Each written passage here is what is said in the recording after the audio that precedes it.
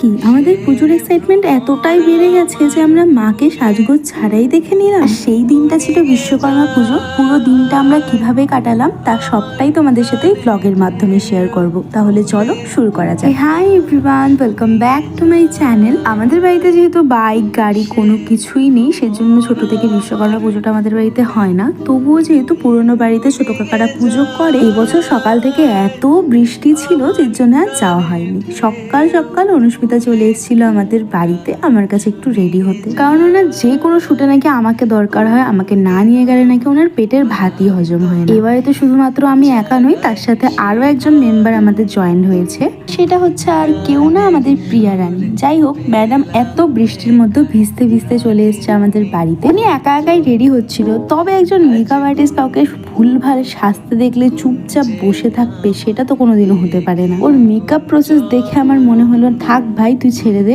আমি আই মেকআপটা অ্যাটলিস্ট করে দিই যাতে তোর ডান্স ভিডিওতে একটু হলেও চোখটা দেখা যায়। সেই দিনকে প্রথম থেকে আমি কোনো ব্লগ বানাইনি। এরকম এখন অনেক দিনই হয় যে আমার প্রথম থেকে ব্লগ বানানোর ইচ্ছে থাকে না, আর এটার পুরো দোষ তোমাদেরকে আমি দেবো।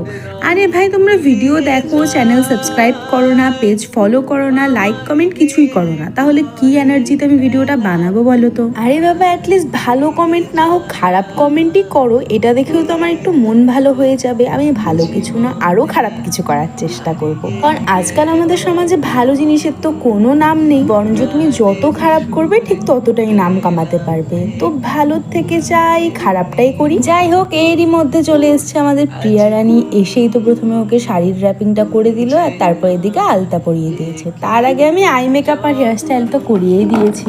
এর বদলে আমরা চেয়েছিলাম একটু বকশিস, এখনো পর্যন্ত সেটা পাইনি, জানি না কবে পাবো। যাই হোক, ওনার রং ঢং সব কিছু শেষ করে এবার আমরা বেরোবো লোকেশনে। প্রথমে তো কথা ছিল যে কাশবনে যাব, তবে কাশবনের লোকেশনটা অনেকটাই দূর, আর আমরা প্রত্যেকবার যাদের সাথে যাই অর্থাৎ সাগর পিচুস, ওদেরও সেদিন বিশ্বকর্মা পুজোর জন্য কাজ ছিল, তাই ওরা যেতে পারবে না। আর এই কারণে আমারও যেতে ইচ্ছে করছিল না। কালকে রাতে ওকে আমি বলেই দিয়েছিলাম যে আমার তো হবে না, তুই এবারে একটু ম্যানেজ করে নি। তবে ম্যাডাম আমাকে ছাড়া নাকি শুটে যাবেন না, সেই জন্য বললাম যে ঠিক আছে, এবারের মতো আমি দেখছি, কিন্তু লোকেশনটা চেঞ্জ করতে হবে। তাই আমরা কাশবন ছেড়ে তার চেয়েও ভালো একটা লোকেশন চলে গেছিলাম আমাদের বিলাসীপাড়া মহামায়া মন্দিরে। আর যেই মন্দিরে কিন্তু মায়ের মূর্তি তৈরি হচ্ছিল, আর বাংলা গানে, তাও আবার পুজোর গানে, এত সুন্দর একটা ব্যাকগ্রাউন্ড পেলে কাশবনের কি কোনো প্রয়োজন আছে বলো তো? গিয়েই তো দেখি আমাদের শিল্পীরা নিজেদের কাজ করছে, তাই আর ওদেরকে ডিস্টার্ব করলাম না। আমরা সামন থেকে নিজেদের কাজ করছিলাম, আর পেছনে ওরা নিজেদের কাজ করছিল। তবে মন্দিরে না বৃষ্টির কারণে বেশ জায়গায় জায়গায় জল জমেছিল, আর অনুস্মিতা যেহেতু ডান্স ভিডিও শুট করতে গেছে,